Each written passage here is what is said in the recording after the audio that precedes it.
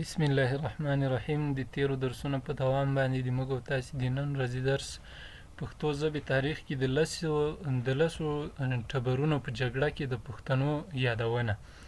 کله چې آریایي قومونه د آمو سیند له غاړو یا آریانا ویجه څخه د بخت بلخ یعنی بلخ او باختر خواته خپاره سول، له دغو ځایونو څخه بیا د هند او ایران خواته هم تللي دي یا لاړل. په دغو قومونو کې چې له آریانا ویجه څخه خپاره سوي یوه قبیله د پکهت یا پښتنه قبیله ده.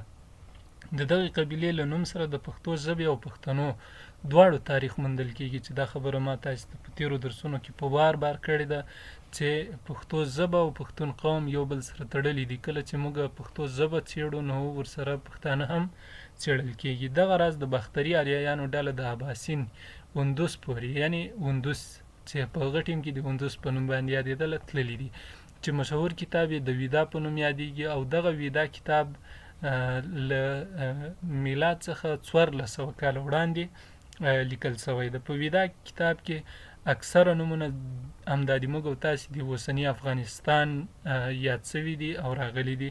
ځکه نو دغه کتاب زموږ د هیواد د قبیلوي او ژبني تاریخ په برخه کې ډیر ګټور ده. نه یوازې د قبیلوي او ژبني تاریخ په برخه کې، بلکې د موږ او تاسې په ټولنیزه برخه کې هم ډیر ګټور ده او د پام وړ ده او ډیر ښه سند یا وثیقه ګڼل کېږي.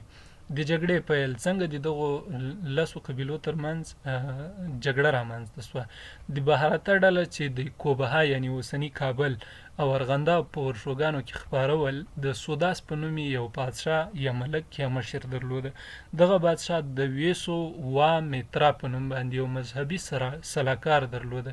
د همدې سلاکار په مرسته باندې د ډېرې جګړې او سوبې ترلاسه کړې وې یا یې ګټلې وې. کله چې دغه پادشاه یعنی سوداس چې د کوبها ډلې مشر یا پادشاه و، دغه ویسو وا میترا سلاکار پر ځای باندې د واسی ستاس په نوم باندې یو بل مشاور یا مذهبي مشر خپل مشاور وټاکه. د دغو دوو مذهبي مشرانو یعنی د ویسو وا میترا او واسی ستاس د دواړو ترمنځ کوم اختلاف چې موجود و، دوی دغه آریایي قبایل سره راټول کړ چې نیم په یو نیم په بل ودرېدل.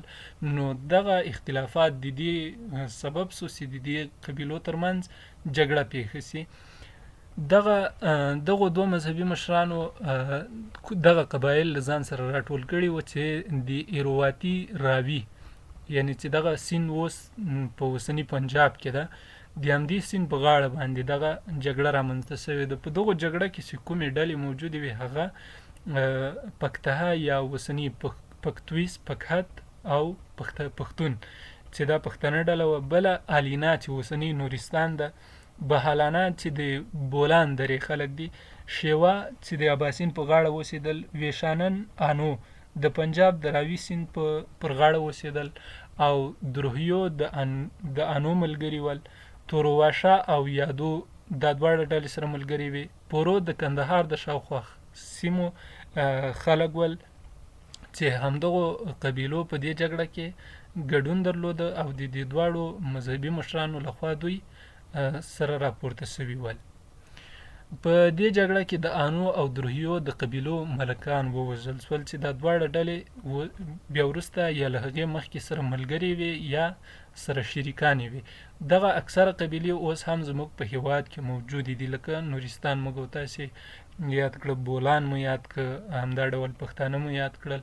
په پورته قبیلو کې د پکهت قبیله چې له اوسنیو پښتنو سره تړاو لري، د دوی لپاره میلاد څخه 1400 کاله مخکې او له نن څخه کابو 3440 کاله مخکې همدا د ویدا کتاب سند او ښه وثیقه ده چې دوی دلته اوسېدل او نن هم اوسېږي.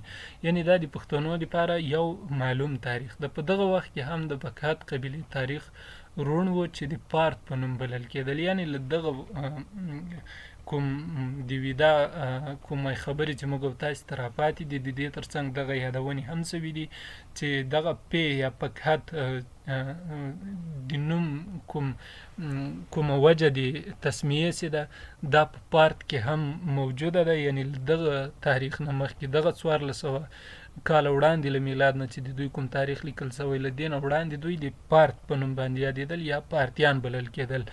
پارتیانو مشر د ارساس پارتي په نوم باندې یادېده چې د غرب خواته لاړه، یعنی د اوسنی هریوا د موږ او تاسو په ځینو نورو ادبي متونو کې هم د دې یادونه شوې ده، لکه مثلا امیر کروړ سوري د هریوا یادونه کړې ده. نو دی لاړه د هریرود خواته او د خزر تر څنډو پورې مدنیت جوړ کړه او د خپل سلطنت یې چې ده دا یې د پارت په نوم باندې ونوماوه. نو دا په هغو لسو قبیلو کې چې د دوی ترمنځ جګړه شوې وه او جګړې ډېر شدت لري په اروايي لحاظ باندې، نو دا د ویدا په متونو کې خوندي شوې وه او دا خبره د پښتنو له تاریخ سره تړاو لري چې موږ او تاسو په نن درس کې ولوسته. په بل درس کې بل خیر سره موږ او تاسو د پښتو ژبې یو لرغونی شعر ولولو چې هغه به د روانه ورځې درس وي. نو دا و د موږ او تاسو د نن ورځې درس تر بل درسه پورې ښې چارې.